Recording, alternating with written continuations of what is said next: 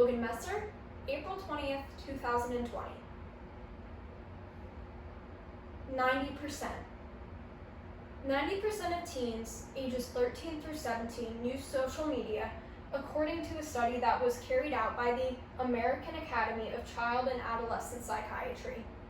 Social media continuously affects the self-esteem and self-image of teenagers due to the creation of unrealistic values, constant comparisons, and installation of irrational values.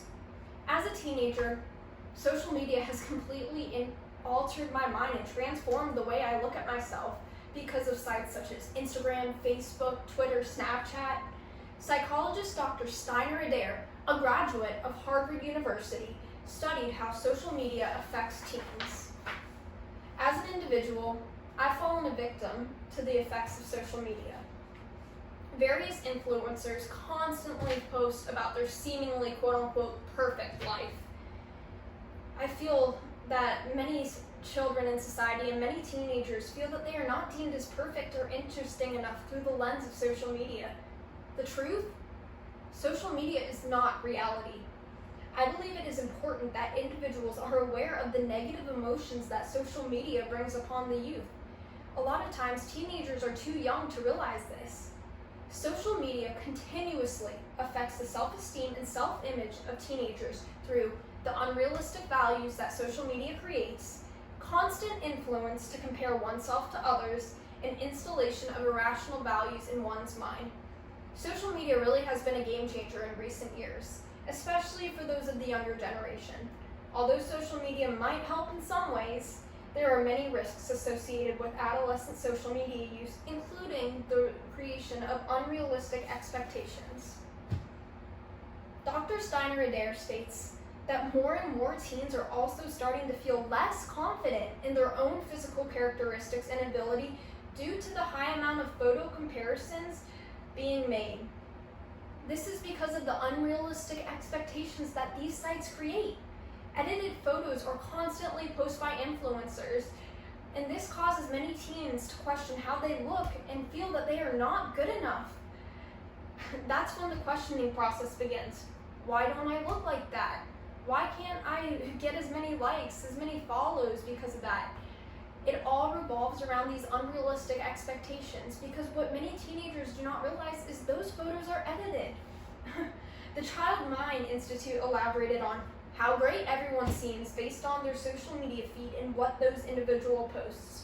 It's then up to these teenagers to feel the need to live up to posting these perfect photos in amazing places and post awesome pictures, flaunting all the stuff they have. It's crazy, and it's just really not realistic, especially at such a young age. Along with the unrealistic values that social media creates, social media also can affect the self-image and self-esteem of teenagers by making constant comparisons. Social media affects these teens as they constantly compare their lifestyles to others. They compare what they have to others, and they wonder, well, why don't I look like that? Why aren't my photos perfect like that? Why can't I go on a vacation like that?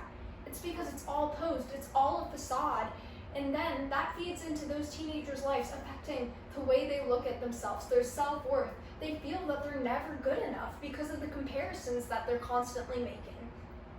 Not only does social media cause teenagers to make comparisons, but it also has caused teenagers to stray very far from their values and what they have initially believed is correct. Social media has actually caused teenagers to omit their values and totally take on new ones that aren't necessarily rational to get likes, followers, and to feel socially accepted. The UCLA Brain Mapping Center actually conducted a study that correlated the region of the brain with the region that actually sparks, for lack of better words, when a photo is liked or when a person gets a ton of followers.